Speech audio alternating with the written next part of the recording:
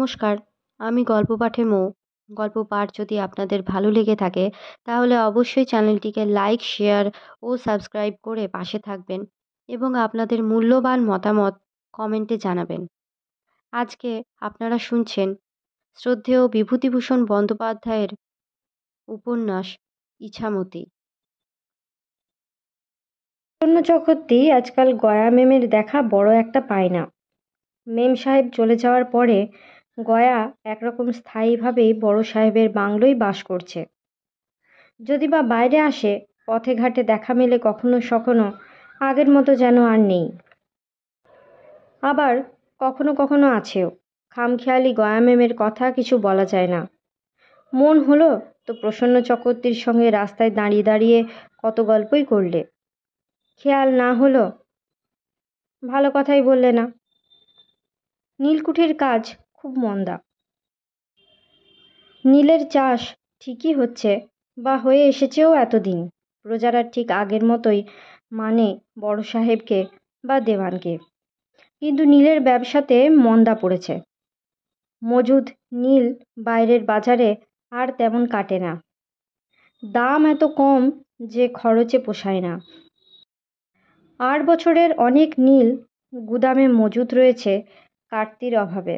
নীলকুঠির চাকরিতে আর আগের মতো জুত নেই, কিন্তু এরা এখন নতুন চাকরি পাবেই বা কোথায়? বড় সাহেব নীলকুঠি থেকে একটি লোককেও বরখাস্ত করেননি। মাইনেও ঠিক আগের মতোই দিয়ে যাচ্ছে, কিন্তু তেমন উপরি পাওনা নেই ততটা। হাঁকডাক কমে গিয়েছে। নীলকুঠির চাকরির সে জৌলুস অন্তর্হিত প্রায়। শ্রীরাম মুচি একদিন প্রসন্ন চক্রবর্তীকে বললে, আমিনবাবু, আমার জমিটা আমাকে দিয়ে দিতে বলেন সাহেবকে। বলবো, সব চাকরদের জমি দিচ্ছে নাকি? বড় সাহেব বলেছে ভজা নফর আর আমাকে জমি দিতি। আপনি মেপে কুঠির খাস জমি থেকে 3 বিঘে করে জমি এক একজনকে দিয়ে দেবেন। সাহেবের হুকুম পেলেই দেব, আমরা পাবো না? আপনি বলে নিতে পারেন সাহেবকে, শুধু চাকর বাকরকে দেবে বলেছে, আপনাদের দেবে না। গয়া ম্যামকে দেবে 15 বিঘে। হ্যাঁ, বলিস কি? সে পাবে না তো কি আপনি বাবা? সে হলো পেয়ারের লোক সাহেবের। ঠিক 2 দিন পরে দেওয়ান হরকালী সুর পরোয়ানা পেলেন বড় সাহেবের, গয়া ম্যামের জমি আমিনকে দিয়ে মাপিয়ে দিতে। আমিনকে ডাকিয়ে বলে দিলেন গয়া ম্যাম নিজের চোখে গিয়ে জমি দেখে নেবে। কোন জমি থেকে দেওয়া হবে? বেলেডাঙ্গার 18 নম্বর থাক নকশা দেখুন। ধানি জমি কতটা আছে আগে ঠিক করুন। সেখানে মাত্র 5 বিঘে ধানের জমি আছে দেওয়ানজি। আমি বলি, ছুতরঘাটার কোল থেকে নতিডাঙ্গার কাঠের পুল পর্যন্ত যে টুকরো আছে শশী মুচির বাজেয়াপ্তি জমির দরুন, তাতে জলি ধান খুব ভালো হয়, সেটাও যদি নেয়। হরকালী সুর চোখ টিপে বললেন, আহ, চুপ করুন। কেন বাপু? খাসির মাথার মতো জমি, সাহেব এরপরে খাবে কি? নীলকুঠি তো উঠে গেল, ও জমিতে 16 মণ 18 মণ উড়ি ধানের ফলন। সাহেব ঘাস খামারে চাষ করবে এরপরে। গয়াকে দেবার দায় পড়েছে আপনাদের, না হয় এরপর আপনি আর আমি ও জমি রাখব। হায় মূর্খ বৈষয়িক হরকালী সুর, প্রণয়ের গতি কি করে বুঝবে তুমি? তার পরদিনই নিম গাছের তলায় দুপুরবেলায় খানিকক্ষণ দাঁড়িয়ে থেকে প্রসন্ন চক্রবর্তী গয়া মেমের সাক্ষাৎ পেলে। গয়া কোনোদিনই সাহেবের বাংলোয় ভাত খায় না। খাওয়ার সময় নিজেদের বাড়িতে মায়ের কাছে গিয়ে খায়। আর একটা কথা, রাতে সে কখনো সাহেবের বাংলোয় কাটায়নি। বড়দা নিজে আলো করে ধরে মেয়েকে বাড়ি নিয়ে যায়। গয়া বলে, কি খুড়োমশাই, খবর কি? দেখাই তো পায়নি, ডুমুরের ফুল হয়ে গিয়েছ। গয়া ম্যাম হেসে প্রসন্ন আমিনের খুব কাছে এসে দাঁড়িয়ে বললে, কেন এমন করে দাঁড়িয়ে আছেন এখানে দুপুরের রোদ্দুরি? তোমার জন্যই। যান, আবার সব বাজে কথা খুড়োমশাইয়ের। আজ দিন দেখিনি আজ। এ পোড়ার মুখ আর নাই বা দেখলেন? তার মানে? আপনাদের কোন কাজে আর লাগবো বলুন? আচ্ছা গয়া। কি? বলেই গয়া মুখে আঁচল দিয়ে খিলখিল করে হেসে চলে যেতে উদ্যত হলো। প্রসন্ন ব্যস্ত হয়ে বললে, শোনো শোনো, চললে যে, কথা আছে। গয়া যেতে যেতে থেমে গেল। পেছন ফিরে প্রসন্ন চক্রবর্তীর দিকে চেয়ে বললে, আপনার কথা খুড়োমশাই শুধু হেন আর তেন। শুধু তোমাকে দেখতেই ভালো লাগে, আর তোমার জন্যই দাঁড়িয়ে আছি, আর তোমার কথা ভাবছি। এইসব বাজে কথা যত বলি খুড়োমশাই বলে ডাকি। আমারে অমন বলতে আছে আপনার? অমন বলবেন না। ততই মুখের বাঁধন দিন দিন আলগা হচ্ছে যেন। প্রসন্ন চক্রবর্তী হেসে বললে, কোথায় দেখলে আলগা? কি বলেছি আমি? শুধু তোমারে দেখতে ভালো লাগে, তোমারে কতকাল দেখিনি, তোমারে না দেখলেই থাকতে পারিনি। মিথ্যে কথা একটাও না। যান বাসায় যান দিনি। এই দুপুরবেলা রোদ্দুরে দাঁড়িয়ে থাকবেন না, বাড়ি দুঃখ হবে আমার। সত্যি গয়া? সত্যি তোমার দুঃখ হবে? ঠিক বলছো গয়া? হবে হবে হবে। বাসায় যান, পাগলামি করবেন না পথে দাঁড়িয়ে। একটা কথা, আবার একটা কথা, আর একটা কথা। আর ও গয়া শোনো, আর একটু। ও গয়া, এখানটায় বসে একটু গল্প করা যাক। না, ও কথা না। কি তবে? হাতি না ঘোড়া? ও সব কথাই না। মাইরি বলছি গয়া, শোনো, খুব দরকারি কথা তোমার পক্ষে, কিন্তু খুব লুকিয়ে রাখবে, কেউ যেন না শোনে। এই দেখাশোনার কয়েকদিনের মধ্যে প্রসন্ন চক্রবর্তী শশী মুচুর বাজেয়াপ্ত জমির মধ্যে উৎকৃষ্ট জলি ধানের 15 বিঘে জমি গয়া ম্যামকে মেপে শ্রীরাম মুচিকে দিয়ে খোঁটা পুঁতিয়ে সীমানায় বাবলা গাছের চারা পুঁতে একেবারে পাকা করে গয়াকে দিয়ে দিলে। গয়া মাঠে উপস্থিত ছিল। একটা ডুমুর গাছ দেখে গয়া বললে, খুড়োমশাই, ওই ডুমুর গাছটা আমার জমিতেই করে দেন না, ডুমুর খাবো। যদি দিই, আমার কথা মনে থাকবে গয়া? হি হি। ওই আবার শুরু হলো। সোজা কথাটা বললি কি এমন দোষ হয়ে যায়? কথাটার উত্তর দিতে কি হচ্ছে? ও গয়া। যাকগে, মরুকগে, আমি কিচ্ছুটি আর বলছি নে। দিলাম চেন ঘুরিয়ে, ডুমুর গাছ তোমার রইল। পায়ের ধুলো নেব না নেব না? বেরাম্বন দেবতা, তার উপর খুড়ো মশাই, কত পাপ যে আমার হবে। গয়া এগিয়ে গিয়ে গড় করে প্রণাম করলে দূর থেকে। কি প্রসন্ন হাসি ওর মুখে! কি হাসি! কচি ডুমুর গাছটা এখনো কতকাল বাঁচবে। প্রসন্ন চক্রবর্তী আমিনের আজকার সুখের সাক্ষী রইল ওই গাছটা। প্রসন্ন আমিন মরে যাবে, কিন্তু আজ দুপুরের ওই কচি পাতা ওঠা গাছটার ছায়ায় যাদের অপরূপ সুখের বার্তা লেখা হয়ে গেল, চাঁদের আলোয় যাদের চোখের জল চিকচিক করে, ফাল্গুন দুপুরে গরম বাতাসে যাদের দীর্ঘশ্বাস ভেসে বেড়ায়, তাদের মনের সুখ দুঃখের কথা 50 বছর পরে কেউ আর মনে রাখবে কি? মাসখানেক পরের কথা। ভবানী ছেলেকে নিয়ে ইছামতির ধারে বনসিমতলার ঘাটের বাঁকে বসে আছেন। বেলা 3 প্রহর এখনো হয়নি। বন জঙ্গলের ছায়ায় নিবিড় তীরভূমি পানকৌড়ি আর বালি হাঁসের ডাকে মাঝে মাঝে মুখর হয়ে উঠছে। জেলেরা ডুব দিয়ে যেসব ঝিনুক আর জোংড়া তুলেছিল গত শীতকালে, তাদের স্তূপ এখনো পড়ে আছে ডাঙায় এখানে ওখানে। বন্যলতা দুলছে জলের ওপরে পাবলা গাছ ও বন্য যজ্ঞি ডুমুর গাছ থেকে। কাকজঙ্ঘার থলো থলো রাঙা ফল সবুজ পাতার আড়াল থেকে উঁকি মারছে। ভবানী বললেন, খোকা, আমি যদি মারা যাই, মাদের তুই দেখবি? না বাবা, আমি তাহলে কাঁদব। কাঁদবি কেন? আমার বয়স হয়েছে, আমি কতকাল বাঁচব? অনেক দিন। তোর কথায় রে, পাগলা একটা। খোকা হি হি করে হেসে উঠল। তারপরেই বাবাকে এসে জড়িয়ে ধরলে ছোট্ট ছোট্ট দুটি হাত দিয়ে। বললে, আমার বাবা। আমার কথা শোন, আমি মরে গেলে তুই দেখবি তোর মাদের। না, আমি কাঁদবো তাহলে। বল দেখি ভগবানকে। জানি নে। কোথায় থাকেন তিনি? ওই ওখানে। খোকা আঙুল দিয়ে আকাশের দিকে দেখিয়ে দিলে। কোথায় রে বাবা? গাছের মাথায়? হুম। তাকে ভালোবাসিস? না। সে কি রে, কেন? তোমাকে ভালোবাসি। আর কাকে? মাকে ভালোবাসি। ভগবানকে ভালোবাসিস নে কেন? চিনি নে। খোকা, তুই মিথ্যে কথা বলিস নে।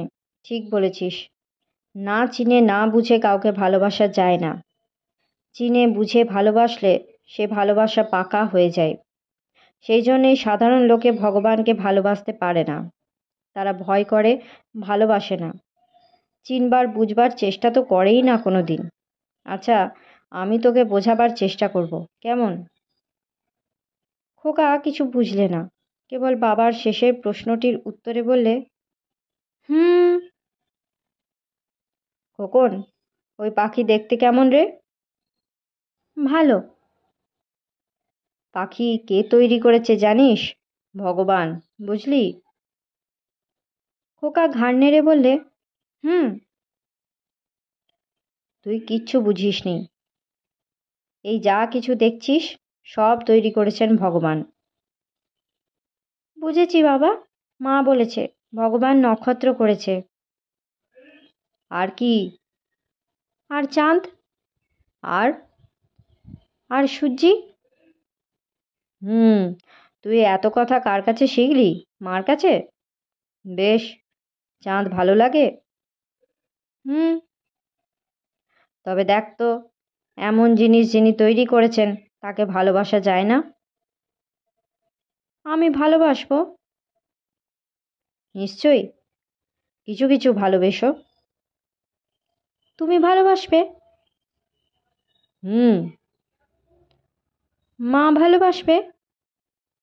হুম। আমিও ভালোবাসবো। বেশ। ছোট মা ভালোবাসবে? হুম। তাহলে আমিও ভালোবাসবো। নিশ্চয়ই। আজ আকাশের চাঁদ তোকে ভালো করে দেখাবো। চাঁদের মধ্যে কে বসে আছে? চাঁদের মধ্যে কিচ্ছু নেই রে, ওটা চাঁদের কলঙ্ক। কলঙ্ক কি বাবা, কলঙ্ক? ওই হলো গিয়ে পেতলে যেমন কলঙ্ক পড়ে তেমনি। ছেলে অবাক হয়ে বাপের মুখের দিকে তাকায়। কি সুন্দর নিষ্পাপ অকলঙ্ক মুখ ওর। চাঁদে কলঙ্ক আছে, কিন্তু খোকার মুখে কলঙ্কের ভাঁজও নেই। ভবানী ভারুজ্জে অবাক হয়ে ছেলের মুখের দিকে তাকান। কোথায় ছিল এই শিশু এতদিন? বহু দূরের ও কোন অতীতের মোহ তার হৃদয়কে স্পর্শ করে। যে পৃথিবী অতি পরিচিত, প্রতিদিন দৃষ্ট, যেখানে বসে ফণী চক্রবর্তী সুদ কষেন, চন্দ্র চাটুর্যের ছেলে জীবন চাটুর্যে সমাজপতিত্ব পাবার জন্য দলাদলি করে, অজস্র পাপ ক্ষুদ্রতা ও লোভে যে পৃথিবী ক্লেদাক্ত, এ যেন সে পৃথিবীর নয়। অত্যন্ত পরিচিত মনে হলেও এ অত্যন্ত অপরিচিত, গভীর রহস্যময়। বিরাট বিশ্বযন্ত্রের লয় সংগতির একটা মনোমুগ্ধকর টান। পিছনকার বাতাস আকন্দ ফুলের গন্ধে ভরপুর।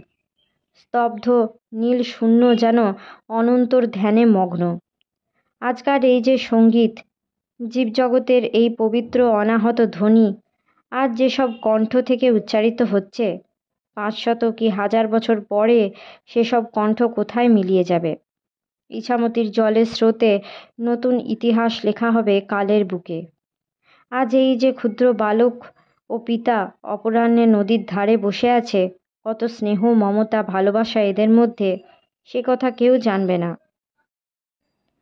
কেবল থাকবেন তিনি, সমস্ত পরিবর্তনের মধ্যে অপরিবর্তনীয়, সমস্ত গতির মধ্যে স্থিতিশীল তিনি। ঈশ্বর ব্রহ্ম, জ্যোতিস্বরূপ। এ মানুষের মন গড়া নয়। সেই জিনিস যা এমন সুন্দর অপরাহ্নে ফুলে ফুলে, বসন্তে, লক্ষ লক্ষ জন্ম মৃত্যুতে, আশায়, স্নেহে, দয়ায়, প্রেমে আবছায়া আবছায়া ধরা পড়ে, জগতের কোনো ধর্মশাস্ত্রে সেই জিনিসের স্বরূপ কি তা বলতে পারেনি। কোনো ঋষি মুনি সাধু যদি বা অনুভব করতে পেরেও থাকেন, মুখে প্রকাশ করতে পারেননি। কি যে জিনিস তা কে বলবে? মনে হয় তিনি যত বড় হন আমাদের স্বগোত্র। আমার মনের সঙ্গে এই শিশুর মনের সঙ্গে সেই বিরাট মনের কোথায় যেন যোগ আছে। ভগবান যে আমাকে সৃষ্টি করেছেন শুধু তা নয়, আমি তার আত্মীয়, খুব আপন ও নিকটতম সম্পর্কের আত্মীয়। কোটি কোটি তারার দ্যুতিতে দ্যুতিমান সে মুখের দিকে আমি নিঃসংকোচে ও প্রেমের দৃষ্টিতে চেয়ে থাকবার আবিষ্কার রাখি, কারণ তিনি যে আমার বাবা। হাতে গড়া পুতুলি নয় শুধু, তার তার সন্তান। এই খোকা তারই এক রূপ। এর অর্থহীন হাসি উল্লাস তারই নিজের লীলা, উজ্জ্বল আনন্দের বাণী মূর্তি। এই ছেলে বড় হয়ে যখন সংসার করবে, বউ আনবে, ছেলেপুলে হবে, ওদের তখন ভবানী থাকবেন না। 10 বছর আগে বিস্মৃত কোনো ঘটনার মতো তিনি নিজেও পুরনো হয়ে যাবেন এই সংসারে। ওই বেতস কুঞ্জ, ওই প্রাচীন পুষ্পিত সপ্তবর্ণটা হয়তো তখনও থাকবে, কিন্তু তিনি থাকবেন না। জগতের রহস্যে মন ভরে ওঠে ভবানীর। ওই সান্ধ্য সূর্য রক্তচ্ছটা, নিস্তারিণীর বুদ্ধি প্রজ্জ্বল কৌতুক দৃষ্টি, তিলুর সপ্রেম চাহনি, এই কচি ছেলের নীল শিশুনয়ন, সবই সেই রহস্যের অংশ। কার রহস্য? সেই মহা রহস্যময়ের গহন গভীর শিল্প রহস্য। তিলু পিছন থেকে এসে কি বলতেই ভবানীর চমক ভাঙল।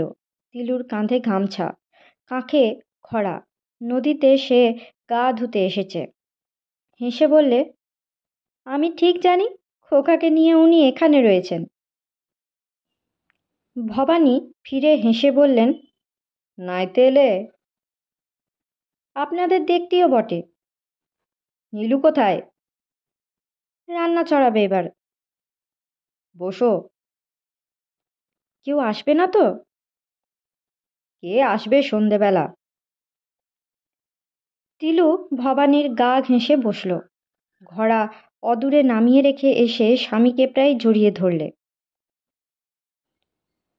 ভবানী বললেন, খোকা যেন অবাক হয়ে গিয়েছে, অমন করো না, ও না বড় হলো। তিলু বললে, খোকা ভগবানের কথা কি শুনলি? খোকা মায়ের কাছে সরে এসে মার মুখের দিকে চেয়ে বললে, মা, ও মা, আমি চান করব, আমি চান করব। আমার কথার উত্তর দে। আমি চান করব। তিলু এদিক ওদিক চেয়ে হেসে বললে, খোকাকে গা ধুয়ে নেব, আমরাও নামি জলে, আসুন সাঁতার দেব। ভবানী বললেন, বসো তিলু। আমার কেমন যেন মনে হচ্ছিল আজ খোকাকে ভগবানের কথা শেখাচ্ছিলাম। মনে হচ্ছিল এই আকাশ বাতাস নদী জলের পেছনে তিনিই আছেন, এই খোকার মধ্যেও। ওকে আনন্দ দিয়ে আমি ভাবি তাকেই খুশি করছি।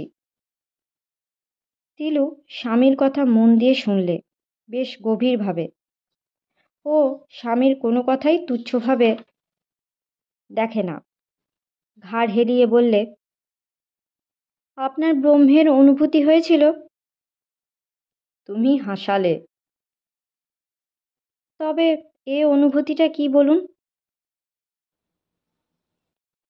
তাঁর ছায়া একবার মনে এসে পড়ে, তাকে খুব কাছে মনে হয়। আজ যেমন মনে হচ্ছিল আমরা তার আপন, পর নই। তিনি যত বড়ই হন, বিরাটই হন, আমাদের পর নয়, আমাদের বাবা তিনি। ওই তো ব্রহ্মানুভূতি আপনার ঠিক হয়েছে আমি জানি। যাতে ভগবানকে অত কাছে বলে ভাবতে পারলেন, তাকে ব্রহ্মানুভূতি বলতেই হবে বই কি। রোজ নদীর ধারে বসে খোকাকে ভগবানের কথা শেখাবো। এই বয়স থেকে ওর মনে এসব আনা উচিত, নইলে অমানুষ হবে। আপনি যা ভালো বোঝেন। চলুন, এখন একটু সাঁতার দিয়ে ফিরি। খোকা, ডাঙায় বসো।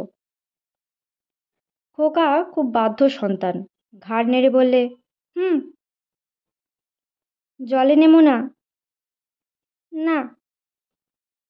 স্বামী স্ত্রী দুজনে মনের আনন্দে সাঁতার দিয়ে স্নান করে খোকাকে গা ধুইয়ে নিয়ে চাঁদ ওঠা জোনাকি জলা সন্ধ্যার সময় মাঠের পথ দিয়ে বাড়ি ফিরল। চৈত্র মাস যায় যায়। মাঠ বন ফুলে ফুলে ভরে গিয়েছে। নির্জন মাঠের উঁচু ডাঙায় ফুলে ভরা ঘেঁটু বন ফুরফুরে দক্ষিণে বাতাসে মাথা দোলাচ্ছে। স্তব্ধ নীল শূন্য যেন অনন্তের ধ্যানমগ্ন। ভবানী বাড়ুজ্যের মনে হলো দিকহারা চক্রবালের পেছনে যে অজানা দেশ, যে অজ্ঞাত জীবন, তারই বার্তা যেন এই সুন্দর নির্জন সন্ধ্যাটিতে ভেসে আসছে। তিনি গুরুর আশ্রয় পেয়েও ছেড়েছেন ঠিক, সন্ন্যাসী না হয়ে গৃহস্থ হয়েছেন। 3টি স্ত্রী একত্রে বিবাহ করে জড়িয়ে পড়েছিলেন, এ কথাও ঠিক, কিন্তু তাতেই বা কী? মাঠ, নদী, বনঝোপ, ঋতুচক্র, পাখি, সন্ধ্যা, জ্যোৎস্না রাত্রির প্রহরগুলির আনন্দবার্তা তার মনে এক নতুন উপনিষদ রচনা করেছে। এখানেই তার জীবনের সার্থকতা। এই খোকার মধ্যে তাকে তিনি দেখতে পান। নদীর ঘাট থেকে মেয়েরা এইমাত্র জল নিয়ে ফিরে গেল।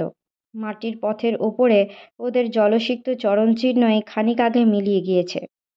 নদীর ধারের বনে বনে গাংশালিকের আর দোয়েলের দল এই খানিক আগে তাদের গান গাওয়া শেষ করেছে। ঘাটের ওপরকার নাগকেশর গাছের ফুলে ভরা ডালটি নুয়ে কোনো রূপসী গ্রাম্যবধূ সন্ধ্যার আগে বোধহয় ফুল পেড়ে থাকবে।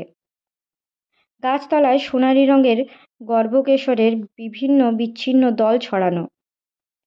মরকতমণির মতো ঘন সবুজ রঙের পাতা তলা বিছিয়ে পড়ে আছে। হঠাৎ বিলুর কথা মনে পড়ে মনটা উদাস হয়ে যায় ভবানীর। হয়তো তিনি খানিকটা অবহেলা করে থাকবেন, তার জ্ঞাতসারে নয়। মেয়েদের মনের কথা সবসময় কি বুঝতে পারা যায়? দুঃখকে বাদ দিয়ে জগতের সুখ নেই। প্রকৃত সুখের অবস্থা গভীর দুঃখের পরে। দুঃখের পূর্বের সুখ অগভীর, তরল, খেলো হয়ে পড়ে। দুঃখের পরে যে সুখ, তার নির্মল ধারায় আত্মার স্নানযাত্রার নিষ্পন্ন হয়, জীবনের প্রকৃত আস্বাদ মিলিয়ে দেয়। জীবনকে যারা দুঃখময় বলেছে, তারা জীবনের কিছুই জানে না। জগৎটাকে দুঃখের মনে করা নাস্তিকতা। জগৎ হলো সেই আনন্দময়ের বিলাস বিভূতি। তবে দেখার মতো মন ও চোখ দরকার। আজকাল তিনি কিছু কিছু বুঝতে পারেন। খোকা হাত উঁচু করে বললে, বাবা, ভয় করছে। কেন রে? শিয়াল, আমাকে কোলে নাও। না, হেঁটে চলো। তাহলে আমি কাঁদবো। তিলু বললে, বাবা, ভিজে কাপড় আপনাদের দুজনেরই, সর্বশরীর ভেজাবে কেন এই সন্ধ্যাবেলা? হেঁটে চলো। নীলু সন্ধে দেখিয়ে বসে আছে। ভবানীর আহ্নিকের জায়গা ঠিক করে রেখেছে। নিকোনো গুছানো ওদের ঝকঝকে তকতকে মাটির দাওয়া। আহ্নিক শেষ করতে নীলু এসে বললে, জলপান দিই এবার। তারপর সে একটা কাঁসার বাটিতে 2টি মুড়কি আর 2 টুকরো নারকোল নিয়ে এসে দিলে। বললে, আমার সঙ্গে একটু গল্প করতে হবে কিন্তু। বসো নীলু, কি রাঁধছ? না, আমার সঙ্গে ওরকম গল্প না। চালাকি, দিদির সঙ্গে যেমন গল্প করেন ওই রকম। তোমার বড্ড হিংসে দিদির ওপর দেখছি।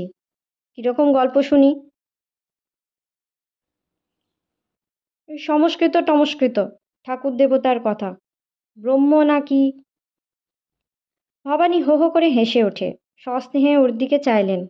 বললেন, শুনতে চাওনি কোনোদিন তাই বলিনি। বেশ, তাই হবে। তুমি জানো কার মতো করলে? প্রাচীন দিনে এক ঋষি ছিলেন, তার 2 স্ত্রী, গার্গী আর মৈত্রী। তুমি করলে গার্গীর মতো। সতীন কাটা যখন ভূমা চাইবে, তখন বুঝি আর না বুঝি আমাকে সেই ভূমাই দিতে হবে। এই ছিল গার্গীর মনে আসল কথা। তোমারও হলো সেই রকম। এমন সময় খোকা এসে বললে, বাবা কি খাচ্ছ? আমিও খাবো। আয় খোকা। ভবানী দুটি মুড়কি ওর মুখে তুলে দিলেন। খোকা বাটির দিকে তাকিয়ে বললে, নারকোল? না, পেট কামড়াবে। পেট কামড়াবে? হ্যাঁ বাবা। ও বাবা, বাবা পেট কামড়াবে? হ্যাঁ রে বাবা। বাবা, কি? পেট কামড়াবে? নীলু ধমক দিয়ে বললে, থাম রে বাবা, যা, একবার যা ধরলেন তাই ধরলেন। খোকা একবার চায় নীলুর দিকে, একবার চায় বাবার দিকে অবাক দৃষ্টিতে। বাবার দিকে চেয়ে বললে, কাকে বলছে বাবা? নীলু বললে,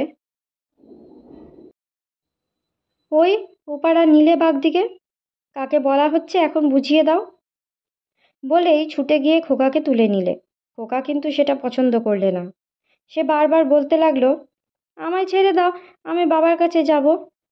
যায় না। না, আমায় ছেড়ে দাও, আমি বাবার কাছে যাব। ভবানী বললেন, দাও, নামিয়ে দাও, এই নে একখানা নারকোল। খোকা বাবার বেজায় ন্যাওটা। বাবাকে পেলে আর কাউকে চায় না। সে এসে বাবার হাত থেকে নারকোল নিয়ে বাবার কোলে মাথা রেখে বলতে লাগলো বাবার মুখের দিকে চেয়ে, ও বাবা, বাবা। কী রে খোকা? খোকা বাবার গায়ে হাত বুলিয়ে বলে, ও বাবা, বাবা। এই তো বাবা। এমন সময়ে প্রবীণ শ্যামচাঁদ গাঙ্গুলি এসে ডেকে বললেন, বাবাজি বাড়ি আছো? ভবানী শশব্যস্তে বললেন, আসুন মামা, আসুন। আসবো না আর, আলো আমার আছে। চলো একবার চন্দর দাদার চণ্ডী মণ্ডপে। ভানি গোয়ালিনী সে বিধবা মেয়েটার বিচার হবে। শক্ত বিচার আজকে। আমি আর সেখানে যাব না মামা। সে কি কথা, যেতেই হবে। তোমার জন্য সবাই বসে, সমাজের বিচার। তুমি হলে সমাজের একজন মাথা। তোমার আজকাল কর্তব্য ভুলে যাচ্ছ বাবাজি। কিছু মনে করো না। নীলু খোকাকে নিয়ে এর আগেই রান্নাঘরে চলে গিয়েছিল। শ্যামচাঁদ গাঙ্গুলিকে প্রত্যাখ্যান করা চলবে না। দুর্বাসা প্রকৃতির লোক। এখনই কি বলতে কি বলে বসবেন। রান্নাঘরে ঢুকে তিলু নীলুকে কথাটা বলতে গেলেন ভবানী। জটিল গ্রাম্য হাঙ্গামা। ফিরতে রাত হবে। খোকা এসে মহা খুশির সঙ্গে বাবার হাত ধরে বললে, বাবা এসো, খাই। খাবো রে। এসো বাবা, বসো, মজা হবে। না রে, আমি যাই, দরকার আছে। তুমি খাও। আমি তাহলে কাঁদবো। তুমি যেও না, যেও না, বসো এখানে, মজা হবে। খোকার মুখে সে কি উল্লাসের হাসি। বাবাকে সে মহা আগ্রহে হাত ধরে এনে একটা পিঁড়িতে বসিয়ে দিলে। যেটাতে বসিয়ে দিলে সেটা রুটি বেলবার চাকি, ঠিক পিঁড়ি নয়। বসো এখানে, তুমি খাবে? হুম, আমি খাবো। বেশ। তুমি খাবে? কিন্তু দুর্বাসা শ্যাম গাঙ্গুলি বাইরে থেকে হেঁকে বললেন ঠিক সেই সময়, বলি দেরি হবে নাকি বাবাজির? আর থাকা যায় না। দুর্বাসা ঋষিকে বাইরে দাঁড় করিয়ে রাখা চলে না। ভবানীকে উঠতে হলো। খোকা এসে বাবার কাপড় চেপে ধরে বললে, যাস নে এ বাবা, বসো। ও বাবা, আমি তাহলে কাঁদবো। খোকার আগ্রহশীল ছোট্ট দুর্বল হাতের মুঠো থেকে তাড়াতাড়ি কাপড় ছাড়িয়ে নিয়ে ভবানীকে চলে যেতে হলো। সমস্ত রাস্তা শ্যাম গাঙ্গুলি সমাজপতি বক বক করতে লাগলেন। চন্দ্র চাটুর্যের চণ্ডীমণ্ডপে কাদের একটি যুবতী মেয়ের গুপ্ত প্রণয় ঘটিত কি বিচার হতে লাগলো। এসব ভবানী বাণুজ্যের মনের এক কোণেও স্থান পায়নি। তার কেবল মনে হচ্ছিল খোকার চোখের সেই আগ্রহ ভরা আকুল সপ্রেম দৃষ্টি। তার দুটি ছোট্ট মুঠির বন্ধন অগ্রাহ্য করে তিনি চলে এসেছেন। মনে পড়ল খোকনের আরও ছেলেবেলার কথা। কোথায় যেন সেদিন তিনি গিয়েছিলেন সেদিন অনেকক্ষণ খোকাকে দেখেননি ভবানী বাড়ুজ্যে। মনে হয়েছিল সন্ধেবেলায় হয়তো বাড়ি ফিরে দেখবেন সে ঘুমিয়ে পড়েছে। আজ সারা রাতে আর সে জাগবে না, তার সঙ্গে কথাও বলবে না। বাড়ির মধ্যে ঢুকে দেখলেন সে ঘুমায়নি, বাবার জন্য জেগে বসে আছে। ভবানী বাড়ুজ্যে ঘরে ঢুকতেই সে আনন্দের সুরে বলে উঠল, ও বাবা, আয় না, ছবি। তুমি শোও, আমি আসছি ও ঘর থেকে। ও বাবা, আয়, তাহলে আমি কাঁদবো। ভবানীর ভালো লাগে বড় এই শিশু। এখনো 2 বছর পড়েনি, কেমন সব কথা বলে এবং কি মিষ্টি সুরে অপূর্ব ভঙ্গিতেই না বলে। শিশুর প্রতি গাঢ় মমতার রসে ভবানীর প্রাণ সিক্ত হলো। তিনি ওর পাশে শুয়ে পড়লেন। শিশু ভবানীর গলা জড়িয়ে ধরে বললে, আমার বড়দা, আমার বড়দা। সে কি রে? আমার বড়দা। আমি বুঝি তোর বড়দা? বেশ বেশ। শ্বশুরবাড়ি গ্রামে বাস করার দরুন এ গাঁয়ের ছেলেমেয়েদের এবং অধিকাংশ লোকেরই তিনি ভগ্নিপতি সম্পর্কের লোক। তারা অনেকেই তাকে বড়দা কিংবা মেজদা বলে ডাকে। শিশু সেটা যদি শুনে শুনে ঠাউরে নেয় যে লোকটাকে বাবা বলা হয় তার অন্য নাম কিন্তু বড়দা, তবে তাকে দোষ দেওয়া চলে না। ভবানী ওকে আদর করে বললেন, খোকন, আমার খোকন। আমার বড়দা। ভবানীর তখনই মনে হলো এ এক অপূর্ব প্রেমের রূপ দেখতে পাচ্ছেন এই ক্ষুদ্র মানবকের হৃদয় রাজ্যে। এত আপন তাকে এত অল্প দিনে কেউ করে নিতে পারেনি, এত নির্বিচারে, এত নিঃসংকোচে। আপন আর পরে তফাতই এই। তিনি বললেন, তোকে একটা গল্প করি খোকন। একটা ঝুঝুবুড়ি আছে ওই তাল গাছে, কুলোর মতো তার কান, মূলোর মতো। এই পর্যন্ত বলতেই খোকা তাড়াতাড়ি দুহাত দিয়ে তাকে জড়িয়ে ধরে বললে, আমার ভয় করবে, আমার ভয় করবে, তাহলে আমি কাঁদবো। তুমি কাঁদবে? হ্যাঁ। আচ্ছা, থাক থাক। খানিকটা পরে খোকা বড় মজা করেছে। ছোট্ট মাথাটি দুলিয়ে 2 হাত ছড়িয়ে ক্ষুদ্র মুঠি পাকিয়ে সে ভয় দেখানোর সুরে বললে, একটা জুজুবুড়ি আছে, মত্ত বড় কান। বলিস কি খোকন? ই, একটা জুজুবুড়ি আছে। ভয় পেয়েছি খোকা, বলিস নে, বড্ড ভয় করছে।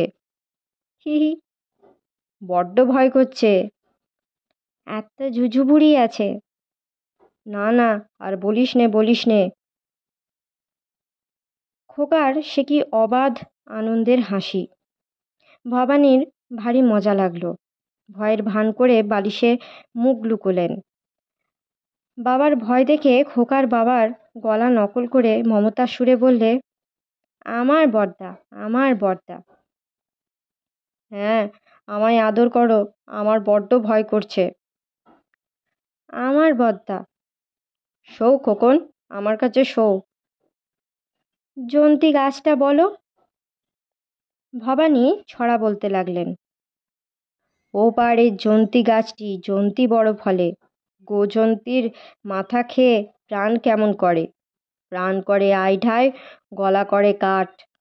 কতক্ষণে যাব রে এই হরগৌরীর মাঠ। হঠাৎ খোকা হাত দুটো ছড়িয়ে চোখ বড় বড় করে বললে, একটা জুজুবুড়ি আছে। ও বাবা, মত্ত বড় কান, একটা জুজুবুড়ি আছে। বলিস নে খোকন, আর বলিস নে। হি হি, বড্ড ভয় করছে খোকন, আমায় ভয় দেখিও না। আমার বড়দা, আমার বড়দা। আজ সন্ধ্যাবেলায় শ্যাম গাঙ্গুলির মান রাখতে গিয়ে খোকনকে বড় অবহেলা করেছেন তিনি। আজকের মতো গল্প পাঠ এই পর্যন্ত।